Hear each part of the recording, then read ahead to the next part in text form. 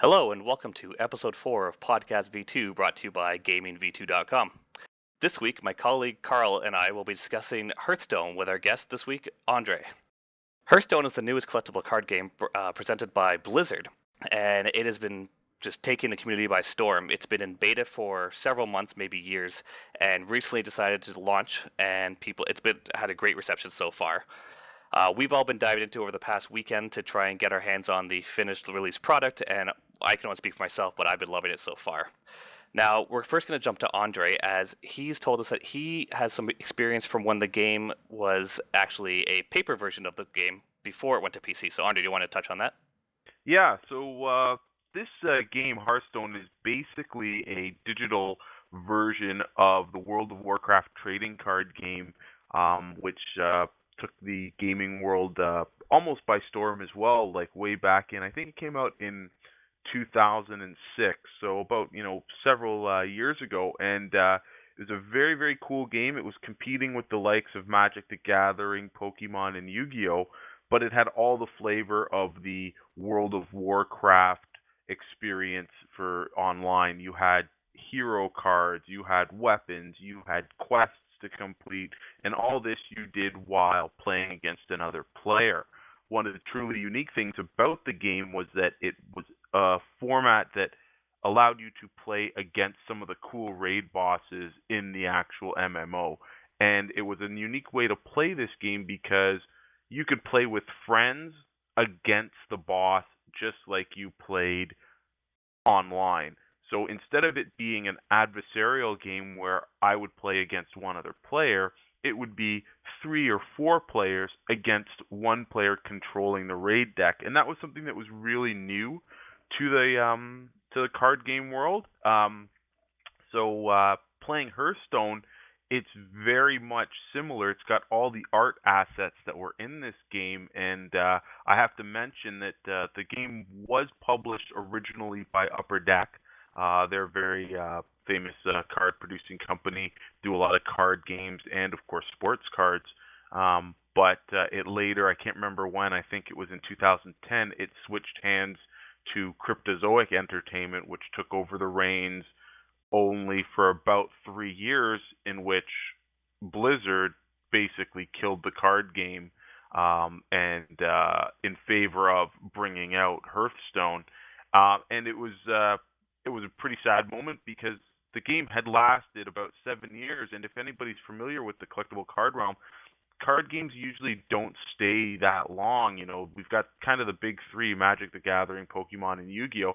And there's tons of other card games that sprout up, but they don't last. And I think Blizzard, with World of Warcraft, it had a big enough fan base through, the license, and also that it was a good, unique game.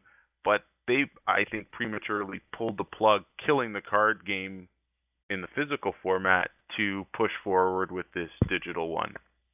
Well, it's unfortunate that apparently this game was... I never played the physical version, but it sounds like it was pretty well constructed. But now that we have gone to the digital format, we've all had our chance to try out the various modes and give a chance at the new release product. So, Karl, what did you think of the now launched version of Hearthstone? Well, being someone who was very excited to get invited to the closed beta and had to suffer through the card wipe apocalypse that they did just before the new year, and coming back, I was a little discouraged after after they did the card wipe. I decided that's it, I'm done with the beta until the official launch, and which of course was just last week. And I'm glad to say that I haven't noticed much of a big difference from the beta to the actual launch, but it was so polished in the beta that honestly that was good enough. And I've been having, it's a smooth experience from start to finish. You log in, you get your packs, you got your quests. You complete your quests, you get your gold, you get more packs, and you just keep going. It's a CCG. And honestly, it's been a very, very smooth, fluid experience. It teaches. Now I'm a veteran, if you will, CCG player. I've been playing for probably 20 years longer, ever since Magic the Gathering, way back in beta of Magic the Gathering, all the way up, and numerous different CCGs along the way. And Hearthstone does an amazing job of teaching you a game that, like the slogan says, is deceptively simple. It is very to the naked eye, the game is the simplest thing you can possibly get, but there's so much more to it. There's so much depth behind it that there's just so much you can do, and so far, great experience for me, I can say. Yeah, I gotta say, I come from a Magic background as well, and I played a lot for years, and so that must have helped when learning Hearthstone. But I noticed that when I jumped in, the tutorials were so simple. The gameplay is, like it says, it's very intuitive, very simple, but the game allows for such complex situations, and there's a lot of critical decision making that needs to be made throughout each game, and like it could make or break each win. And I just gotta say, like the overall structure of the game, I thought has been very well thought out. It's very well executed, um, and especially the free to play mechanic. So far I've only been playing for maybe 4 or 5 days since it came out, and I haven't dropped a dime on it yet. But I've played a bunch of tournaments or arenas that we'll get into soon, and I'm building a collection. And you actually don't need to play. You pay, I mean, to play this game, and you can build a collection for free. And now you have the option to pay if you want to speed things along and don't feel like waiting, or grinding out your wins. But the option is there so there's avenues for all types of players. So, Andre, what are your thoughts so far on the digital version? Well, I gotta first say that I was a huge fan of the actual collectible card game when it came out, and I was very upset that they had decided to cancel it because, again, while it might not have been super strong, I think it deserved a place on the shelf. And just so some of our listeners know, it is part of my business. I own a retail gaming shop, so it does really hurt that things are going digital. Now, I will definitely reinforce what Karl said, is that the game is very polished and it looks nice and everything. But I'm going to disagree a little bit with both of you. In you say like there's a lot of complexities in this game, that it's really stripped down in my opinion, because the basic core of the game is there and it's preserved, but they took out, I think, any of the flavor of the actual game when translating it to the PC version, or the Hearthstone version from World of Warcraft. Uh, in my eyes, this is just a put down an ally, attack your opponent. There's no steps in between for you to actually interrupt or stop what your opponent is doing, and that's a big part of any card game. Like, I know you both have played Magic the Gathering and stuff like that. So if you have mana open, you can stop what your opponent's doing, and there's none of that in this game. And it was very fluent in it. It was readily available in the actual card game. Like, mages had interrupts, paladins had cards to stop people from attacking and whatnot. And that is just nowhere to be found. And the card pool, I got to speak about that. I know it's only been out for a week, but it really feels that each class only has about a dozen or 20 unique cards out of 30. And you can get most of those cards just by playing the tutorial. Now, back when the game first launched in its card format, the first set was called Heroes of Azeroth, and there was 330 cards. So I know they'll probably get there, and they'll probably release packs, as they go. But for me, playing it, it just felt like, yeah, this is a very stripped down version, and even your choice of heroes, there's only one of each hero for each class. So looking at this game, to me, it feels like a basic introduction to a card game format, and where it it's to me it's got no nuance that any other card game has. But I would have loved if this was the demo for the actual card game, because I think people are enjoying it. And if they actually came out and tried to get the card game, they would play it and find out it's fantastic. Like, even when you look at kind of like the heroes when you're building your deck, even in this game, why can you be an alliance paladin and have a troll on your party? Right? So, or you could, or vice versa, you could be a horde guy, and a worgen will become so it's like those were things that added a little bit of complexity. When you built your deck in the card game, Horde, there was Horde allies, there was Alliance allies, and there was neutral allies. This has none of that. So, I'm glad you guys are enjoying it, and it's one of those things that, maybe we need to sit down and see what the roots of this game was, because if you're liking Hearthstone, I think you would really dig what they had done originally. So part of me hopes they get to that level, or part of me hopes that maybe this can spur on a new love of the World of Warcraft card game, or it comes out in a board game format or something, because like I said, the game has so much more to offer than what they're presenting in Hearthstone. Well, I wanted to comment on something you said. So I noticed when I started playing that I thought the card inventory, or the entire whatever the collection, was pretty limited as well. I didn't think there was very many until I started playing Arena. And Arena is, for those who don't know, is the format where you are presented with 3 different cards. You pick one to put in your deck, and you do that 30 times, and that becomes your deck, and you play against other players. And the better you do, the more prizes you win. And I was noticing when playing this format that all these cards I had never seen before. And I just looked it up now, and apparently there are 465 playable cards in the game. And that number blows my mind. I had no idea the number was that high. And I can only assume that once our collections grow, we'll actually realize this. But that in itself seemed like a big deception. I had no idea.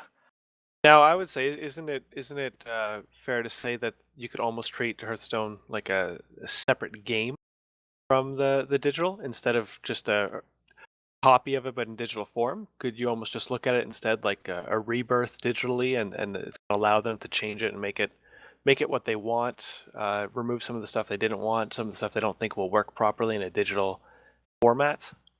I guess yeah, maybe they're looking at it as a tweak, but it's almost like taking too much away and just putting the basic just the like, I'm talking the basic skeleton of the game is there, and there's no meat on it. So you know what? I guess I was unaware that maybe this game has 400 cards, because I just went through and unlocked all the characters and looked at their card pool and looked at what you could craft, and some of the crafting items again were, I thought that was a very neat way to do it. And I find a lot of these games, these free to play games, they have this system where the more you play and the more you win, you get in-game gold. So yeah, you don't have to spend your hard-earned money, but if you want to win, you sometimes feel like, wow, I'm coming up against somebody who has more than me, and there's always that little tug to get you to loosen up your little wallet and buy some in-game money and stuff. So I guess, yeah, people are enjoying it and doing that. But like I said, I guess it would have been really cool if they did really want to keep this as a separate entity.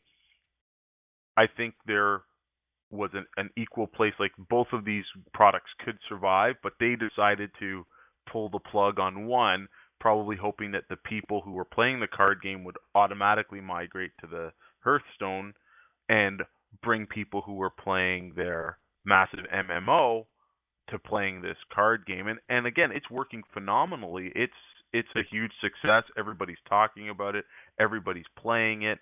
And I could just imagine this is just another huge revenue stream for Blizzard, and kind of like the successes under their belts. But part of me, that little conspiracy guy, is thinking, wow, these guys are really smart. You make Upper Deck, and these other guys pay a license to create a game, uh, you know, get many talented industry artists, to make all the art for the cards and stuff, which of course all of that belongs to Blizzard.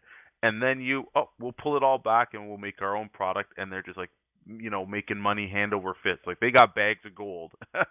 Blizzard is just, I think, raking it in here.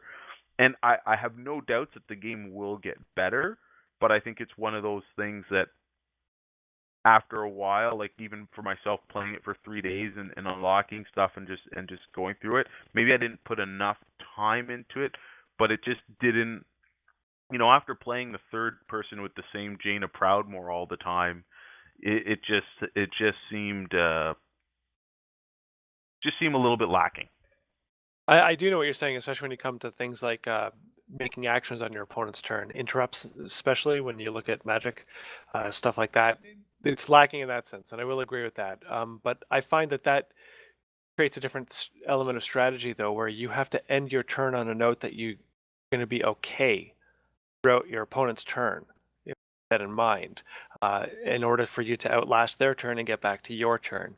The only other option they have is they have these things called secrets, which you play, which only reveal themselves if a certain situation happens. For example, you can play down a card that says if your hero is attacked, it will do something. Your opponent won't know that, but of course it'll happen on your opponent's turn when they do attack your hero. But once again, that's conditional and you don't have full control over it. You just kind of place it and it'll happen when it happens. But it is lacking the interactivity in that respect. I'll give you that. But I think, like I said, I think that adds a different element of strategy to it, which I'm not really used to in games like Magic. Yeah, I, Yeah, I agree. I just think that like it's a different game. Like it's difficult to not compare it to the big games like Magic and Yu-Gi-Oh, where these things are normal. But I gotta give Blizzard credit. They've stepped outside the box. They've done something different, and it may seem like a scaled down version of the games we already know and love. But I'm actually going to embrace it. I'm gonna give it a shot, give it its due, and see if it can own up and measure up to what the Wizards of the Coast have released in the past. But Andre, you mentioned something earlier that I think is going to be really important for Hearthstone, and that's the crafting. So in Hearthstone, there actually is no format of trading. Like there, you cannot trade your cards to other players. You cannot sell your cards. Once it's in your collection, it's part of your collection. And what this does, it eliminates the need for a secondary market. So Blizzard has instead introduced a crafting mode where you can take your excess cards and disenchant them into what they call arcane dust for a fraction of the cost that it would cost you to create other cards. So instead of buying individual cards from other players, you can build your own after you build your collection up. And it's just a very different and interesting way to do it. And I think it can keep a lot of ugliness away from, again, the secondary market. So, Karl, I want to get your thoughts on what you think about that. I I don't know. I'm gonna say I'm torn. It's not being able to trade with players is odd. That removes the entire that removes a huge aspect of community, right? And I'm not just talking about the secondhand market of selling cards to make a profit or anything like that, but I just mean in general, like, in Magic the Gathering Online, you have to go on their forums or go in the chat rooms and trade with people in order to build the decks you want, stuff that you can wheel and deal too, right? Like if someone really needs a card from you that normally isn't that highly valued, but if they really need it, you can figure something out to get what you want. With that will not happen in Hearthstone. You break down a card for a set amount of dust. You use the dust to craft things. So it's removed that entire aspect, which is odd.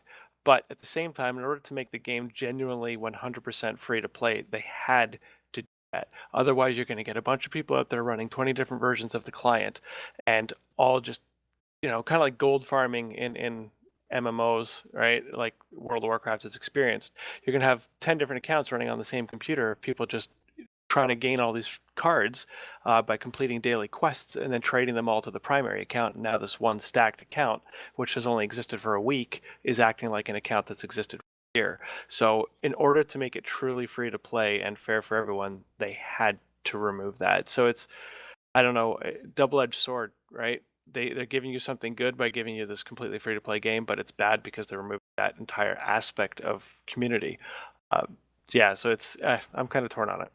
What about you, Andre? I think the crafting element was something that is very, very cool. But I think, as Karl said, I think they could have kept some element of the trading because if your maximum card allowance is two of any of the cards, I don't think it would have been really that bad to be able to trade away cards you weren't going to use. So if you were never going to play a hunter, why not trade away that hunter rare that you got in the pack? So yes, you could break it down, but like Karl said again, you're getting a fraction of the dust, and then you've got to spend, some of them cost, 1,600 dust or 800 dust, and you only get, what, 5, 20, 40 dust. So you would have to be getting a lot of hacks and breaking it down. But I think it all boils back to the fact that they want you to keep playing this game, and they want you to keep hitting the arena, and they want you to keep, trying to win so you get more packs. and you keep kind of the economy running that way. Because the more you're playing that game, they're hoping you're telling your friends and so on and so on. So I can see why they did not include the trading aspect, but I don't think it would have hurt them as much as not, especially once the sets start getting larger and they start bringing out expansions and there's more and more cards. Unless you've got a way of getting like a bonus for crafting. I don't know how they're gonna do it without trading. Well, I thought it was interesting, Carl, when you mentioned about community. And actually, in the game, there is next to no way to even converse with an opponent. So you have about 6 to 8, I think, programmed messages that you can have show up at the thought bubble. But unless you add that person as a friend through BattleNet, you can't actually message them. So, but the whole perception I got from this was Blizzard was trying to keep this game very safe and fair for everyone. They didn't want any hostility, they didn't want any violence, they didn't want any anger. They just wanted to keep it, play the game, and move on. And I think my personal opinion is that with the whole crafting thing, it avoids that. Nobody gets screwed over. Everyone has the same opportunity for everything. If you want a card, you can build it. And that's just my opinion. Except for the fact that with that, and that's something I wanted to touch on, that now you can't talk strategy after you're done. You can't get tips and pointers from someone who bested you. Or if you had an extremely close game, you can't, aside from right clicking and saying well played, that's all you can do, right? Well, you can't add them as a friend. Now that's a little bit, that goes to there's no in between. You're either going to the personal level where they can deny a friend request, and you may not actually want them as a friend, but you might want to talk for 2 minutes about a good match. Yeah, but you don't want to be their friend. Or you want to just replay. You want to say, hey, let me challenge you again or something, and that's not there, right? But you don't want to give the impression that, we're going to be besties forever. Right? You don't have to add people to your friends list just because you had a game with them. You want to converse with them for a moment. Any good shooter game online, you play Call of Duty, you get to the lobby afterwards and you can converse with the people you played against without ever adding them as a friend. And I don't think they're adding in this extra step and now approval from the other person. It kind of removes that. I've had some really, really good games, and it was a shame to have a silent ending, whether I win or lose. And I don't know. I think that also kind of removes from the community as well. I never have a silent ending because I'm always cheering after I win. even when you lose? Well, when I lose, I go cry. But anyway, so one aspect we haven't touched on is arena mode, and that's actually probably my favorite part of all of Hearthstone. So like I said before, it's all drafting a deck, and when you make your card selections, you don't actually get to keep any of the cards you pick. An entry fee is only 150 gold, which is very reasonable to obtain in a single day of playing the game, or like $2 of real money if you want to pay for it. And since you don't keep the cards, this adds an element of strategy that you only pick the cards that are best for your deck and not one that you're planning on keeping that may not be helpful to you in that instance. And then what happens is that you get paired against random people who are also playing arena matches, and you keep going until you either get 12 wins or 3 losses. And once you hit your 3rd loss, you are awarded random prizes that are improved upon based on your record. And I've played about 4 or 5 of them, I think, and I've been having a blast with them. I think it's currently the best way to play Hearthstone, unless you want to play Constructed, but you still need to get those cards somehow to build your own decks, and I think that Arena is a great opportunity for anyone who is a fan of the game. Have either of you had a chance to give the Arena a shot yet? I have, and my experience isn't as good. I enjoy it thoroughly. I have lost every single game I played. I'm admittedly the worst person at this game ever. That only in Arena. I don't know. I guess I have no strategy with drafting. The one thing I do like, what you mentioned, was how you're going to pick the cards that are best for the draft and not what's best for your pocket. Basically, need or greed, which is perfect because you don't keep these cards afterwards, which means you're going to build the best deck you can, which is something I'm clearly not very good at. But it gives you that out there, right? There's too many times where I played Magic online or even in person where people just took the best rare that they could, and they didn't care if they lost the draft after, because the draft only cost $10, but the rare that was in the pack was worth $50. So they took that and said, okay, I'm ahead, and they don't care if they lose the rest. And that this avoids that completely, which I think is really cool. Aside from that, getting the 150 gold pieces to play an arena match every day really is no big feat. That's really not a big deal. Your arena lasts, until you either get 12 wins or until you've lost 3 times. So you get quite a bit of play out of it and get rewards out of it in the end, and all for free or for $2, which is nothing. I think it's a really good mode. I still would have to say I prefer constructed. I'd rather play mode, whether it be in casual or ranked, where I get to bring the deck of my choosing. But if I have 150 gold, arena is definitely where it's going to go. And what about you, Andre? Did you get a chance to play it yet? I actually did try and play arena mode, and I gotta say that my World of Warcraft experience is solely from the card game and the comic books and stuff.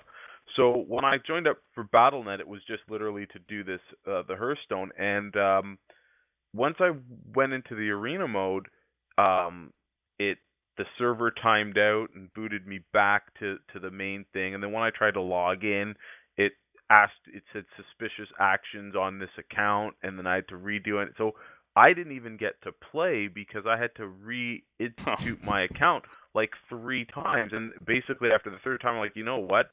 Forget this. Like, I don't know what was going on. So I hear Valorant is very stable. I guess I was just unlucky. It's like my Xbox One, situation all over again. Oh, But yeah. I didn't actually get to play it just because of the lack of that problem there. But it does sound very cool. Like a draft mode is very appealing. But yeah, I do think it's one of those modes that you have to be really, really kind of better at than maybe constructed, because it's all in the draw, right? Yeah, there's a lot of strategy to understand what cards are going to be best for you, and you have no idea what's coming up for your next pack when you're going to pick. So, yeah, there's a lot of luck involved, but it adds a variety where people don't come with a pre-constructed deck that they know is strong. It just adds a lot of elements of change, I guess. It's new. Well, But that's the nature of draft, right? I mean, that's the oh, beauty, absolutely. Yep. right? It's a gamble. It's the gambling man's game. It's pretty fun. I just want to touch on the bug aspect, Andre, that you had there, where you had that bug. Oddly enough, the first game I ever played of Arena, as soon as I got into the game and it set up the board, it put 2 cards on the table on my side that I didn't play. They had various costs, the various abilities, and they were just there taking up space. They were unusable. I wasn't allowed to touch them or do anything with them, but they were sitting there on my side. And yeah, it was that threw me off. Luckily, I figured out that it was a bug, but for the first few turns I didn't really understand what was happening. So we're about at the end of the podcast here, so I just wanted to see if you guys had anything else you wanted to bring up on the topic. Carl? No, I think that despite what anyone might say, Andre, I think everyone should recommend this. Give this a shot. It for a completely free to play game that will soon be available on Macintosh computers as well as your Apple and Androids. Why not? Why not? It's a lot of fun if you're into that kind of thing. Andre? Yeah, I think it's a great introduction to the realm of collectible card games and stuff. But the one thing I did kind of want to touch on, and I think it kind of explains or sums up a little bit of my feelings towards the game, is we've been talking about strategy and how they've changed the cards, and one of the changes that I just couldn't really understand, and maybe it's one of the things that's holding me back from truly enjoying this game, is the cards, the allies that you summon with the taunt ability, um, are kind of like permanent fixtures where your opponent has to attack those guys, but if you put them down into play, you can attack with that guy, and then on the next turn, your opponent all has to attack the character with taunt. And I'm stuck in the old mode where it was called Protector, and you had to have an ally with that Protector, but you chose whether or not to block. And if you blocked once, the guy was basically not able to block again. So you guys were talking a lot about strategy and stuff, and I'll tell you, once I was able to unlock a custom deck, I used the Jaina Proudmoore character, and I just put all the guys I had with taunt on the table, and lo and behold, my poor opponent has to keep attacking them, and I've got this stupid fireball thing that I kept hitting them, and it was over. And I hadn't played the game, and I crushed probably the first 3 or 4 people because I'm like, I thought it was ridiculous. Like, there has to be a time where you have to make that choice. Is this guy going to block, or is this guy going to attack? And having the ability to do both, I think, takes away that strategic element that we're talking about. And I'm pretty sure once you get characters down and cards down, I think in this game, and again, I haven't played it for 200 hours or anything, but just looking at it, I'm like, put the guys with the biggest health and taunt in there, and they're going to do damage because your opponent's allies can't get through, and then you can just keep whittling them down. And so, like I said, I just think the game as it is right now is too basic for what it could be, but it's a great introduction. Like, if you guys, if they were toting this as, hey, you guys want to get into collectible card games, play this. It's going to give you the rough idea. It's very visually pleasing. It's got some animations. It's got some funny dialogue. Great, but yeah, I don't. Now, I think when it comes to that whole taunt thing, I mean, what the deck that you described is very similar to mine, except I chose the priest, so I'm constantly healing my taunt guys so they don't die. Exactly, that's even worse, right? But what I have noticed is if you play, I will, just like you, I will crush people who don't know how, don't think that that's a possibility. People who haven't seen that type of deck yet, when they first face it, they get crushed. They have no idea what to do. But it's clear when you face people who have face that kind of deck and have put cards in their deck to counter the possibility of that. They have board wipe cards, damage to all character cards, stuff like that are neutral cards that anyone can use that start wiping out your taunts. Or they have the silences, stuff like that removes any card text, so now they're no longer tauntable creatures, minions, sorry. So you can tell when you're playing someone who's played more than 3 games, they start seeing these different decks and they start knowing how to build a well-rounded deck that should be able to deal with anything. Or when you're playing a guy who thinks they're just going to go minion heavy and have no idea how to deal with a taunt deck. But I guess in that format, like when you're playing cards that silence or board wipe, if you have the guys that most of the board wipes do 2 or 3 damage, and some of these guys can have like higher health, and for every ability that you play, it's a one-time use where you could put down a minion that is going to be permanent, even if it's only doing 1 damage and has 3 health. Your opponent's got to bash maybe 1 or 2 guys into that, and so I guess, yeah, it'll get there. I think Blizzard knows what they're doing. I think they're a pretty strong company. But yeah, for me right now, I would say there's a lot of other card games I would rather spend my time on. I'm just gonna say that coming from a Magic background, like MTG took so much time and money to keep up with, and I'm finding Hearthstone to be a very nice alternative to that. That I don't have to spend a ton of money on, or any money for that matter, and I can just pick it up and play at my own leisure, and just it's been a nice fill in the void. But unfortunately, that's all the time we have for today. So, Karl and I would like to thank Andre again for joining us on the podcast. You make sure to check out our site at gamingv2.com. And all these podcasts are also available on iTunes by searching for Gaming V2. And until next time, I'm Scott. I'm Karl. And I'm Andre. Have a good night.